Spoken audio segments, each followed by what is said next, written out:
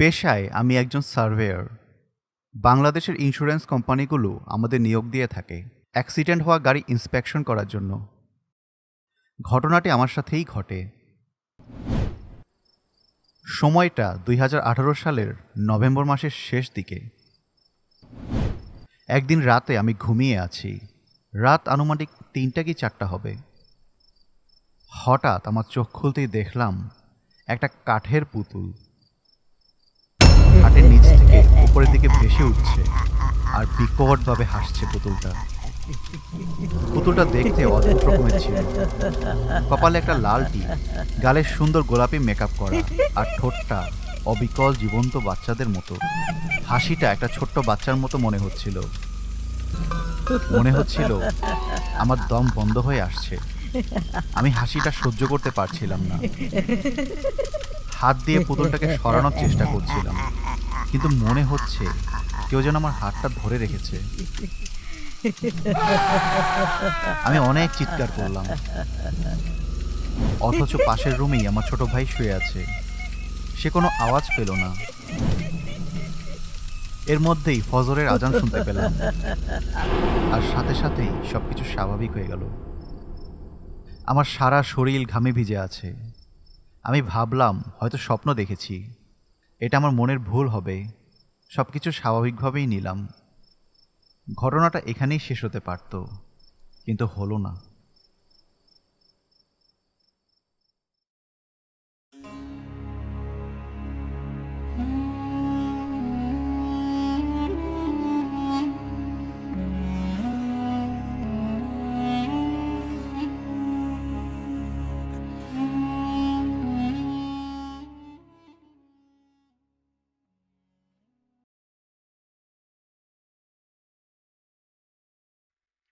পরের দিন অফিসের জন্য বের হলাম।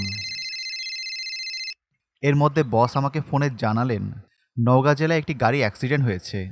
আমাকে ইমার্জেন্সি বেসিসে সেখানে যেতে হবে।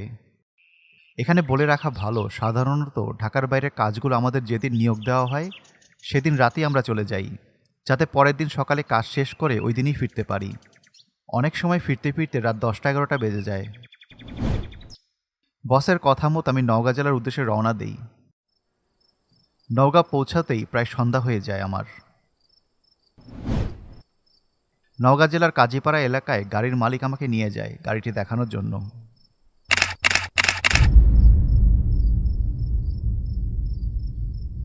ঘটনাস্থলে গিয়ে গাড়িটির ছবি তুলতে থাকি এবং ক্ষতিগ্রস্ত যন্ত্রাংশের লিস্ট করতে থাকি। গাড়িটি একটি কার্গো ট্রাক ছিল এবং সেটা ব্যাপকভাবে ক্ষতিগ্রস্ত হয়েছে। গাড়ির মালিক জানান, গাড়িটি চলন্ত অবস্থায় নিয়ন্ত্রণ হারিয়ে রাস্তার পাশের একটি গাছের সাথে ধাক্কা খায়, ফলে সামনের অংশ দুমড়ে মুচড়ে যায় আর চালক ঘটনাস্থলেই মারা যায়। হেল্পার প্রাণে বেঁচে গেলেও তার 2 পা কেটে গাড়িতে মিশে যায়, আর চালকের লাশ সম্পূর্ণ বের করা সম্ভব হয়নি, ছিন্ন ভিন্ন হয়ে গিয়েছে। রক্ত আর শরীরের বিভিন্ন অংশে গাড়ির কেবিন ভরে গেছে। আমি আমার 4-5 বছরের জীবনে এমন অ্যাক্সিডেন্ট দেখিনি। গাড়ির মালিককে বললাম, আপনি গাড়ি ধোয়ালেন না কেন? ইন্স্যুরেন্স কোম্পানি বলেছে আপনি না আসা পর্যন্ত যেন গাড়িতে হাত না দেওয়া হয়। এমন সময় আমি গাড়িতে যা দেখলাম তা আমাকে এতটাই অবাক করলো, যেটার জন্য আমি মোটেও প্রস্তুত ছিলাম না। গাড়ির সামনে হ্যাঙ্গারে ঝুলানো একটি কাঠের পুতুল, যা রাতে আমার ঘরে দেখা সেই পুতুলটির মতো।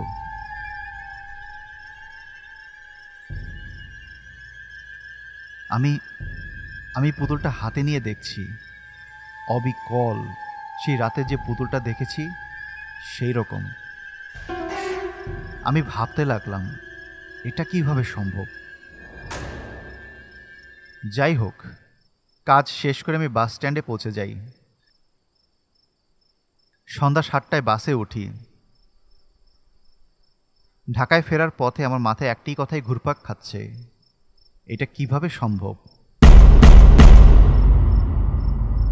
রাতে যা দেখেছি তা হয়তো হ্যালুসিনেশন হতে পারে, কিন্তু একটু আগে যা দেখলাম তাকে কি বলবো? বাসায় ফোন করে জানালাম আমার ঢাকায় ফিরতে দেরি হবে। ঢাকায় ফিরতে ফিরতে রাত প্রায় 2:30টা বেজে গেল। এয়ারপোর্টে নামলাম। সেখানে কিছু সিএনজি দাঁড়িয়েছিল। আশ্চর্যের বিষয়, বাস থেকে নেমে সিএনজিগুলো কাছাকাছি যেতেই প্রায় সবগুলো সিএনজি চলে গেল। কোনো গাড়ি নেই আশেপাশে। মাঝে মাঝে দু একটি গাড়ি সাই সাই করে চলে যাচ্ছে। আমি রাস্তায় পুরোপুরি একা দাঁড়িয়ে। এমন সময় একটা সিএনজি আমার কাছে এসে থামল। আমি জিজ্ঞাসা করলাম, বনশ্রী মেরাদিয়া বাজারের একটু সামনে আমার বাসা, যাবেন? হ্যাঁ, যাব। টাকার কথা জিজ্ঞাসা করলাম না, কারণ আমার আর কোনো উপায় নেই, যেতেই হবে। অন্ধকারের মধ্যে চালকের চেহারা ঠিকভাবে দেখতে পেলাম না। যা হোক, আমাদের তুলে সে গাড়ি স্টার্ট দিল। একটু পর জিজ্ঞাসা করলো, ভাই, এত রাতে কোথা থেকে আসলেন? নওগাঁ গিয়েছিলাম অফিসের কাজে। গাড়ি অ্যাক্সিডেন্ট করেছে, ওটা দেখতে? আমি একটু ভয় পেয়ে গেলাম। তারপর জিজ্ঞাসা করলাম, আপনি কিভাবে জানলেন? এমনি কাল রাত থেকে যা ঘটছে আমার সাথে। আমার বাড়ি নওগাঁ, আমি ফোনে খবরটা পাই। আমি নিজেকে স্বাভাবিক করার চেষ্টা করলাম। কথাবার্তার এক পর্যায়ে তিনি জানান, বুঝলেন ভাই, আমার একটি 4 বছরের মেয়ে আছে। সে কয়দিন যাবৎ বায়না ধরেছে তাকে একটি পুতুল কিনে দিতে হবে। এর মধ্যেই মেরাদিয়া বাজার পার হলাম, আর একটু পরেই আমার বাসা। এক পর্যায়ে খেয়াল করলাম তার সামনে একটা ব্যাগ। সে ব্যাগ থেকে একটি পুতুল বের করে আমাকে দেখাচ্ছে এবং বলছে, ভাই দেখেন তো পুতুলটা কেমন, আমার মেয়ের জন্য কিনেছি। আমি দেখলাম এটা সেই পুতুল, আর তার চেহারা থেতলে আছে। রক্তের চেহারা কিছুই বোঝা যাচ্ছে না। আমি আর নিজেকে সামলে রাখতে পারলাম না, জ্ঞান হারালাম।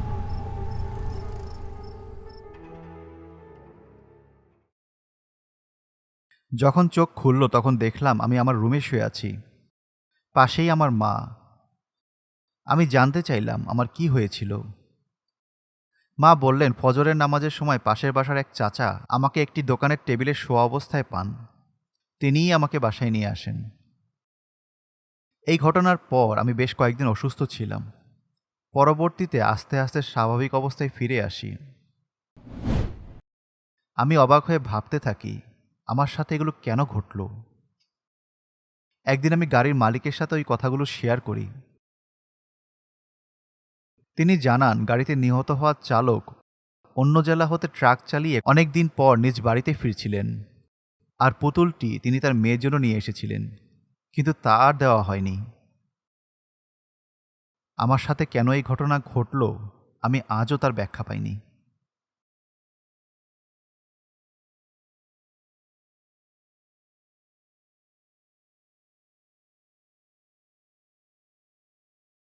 Animated stories, best channel you ever seen. Animated stories, you are in a horror dream. Animated stories, you just take the bloody cream. Go and get the popcorn and you're ready for the horror team. Animated stories, best channel you ever seen. Animated stories, you are in a horror dream. Animated stories, you just take the bloody cream. Go and get the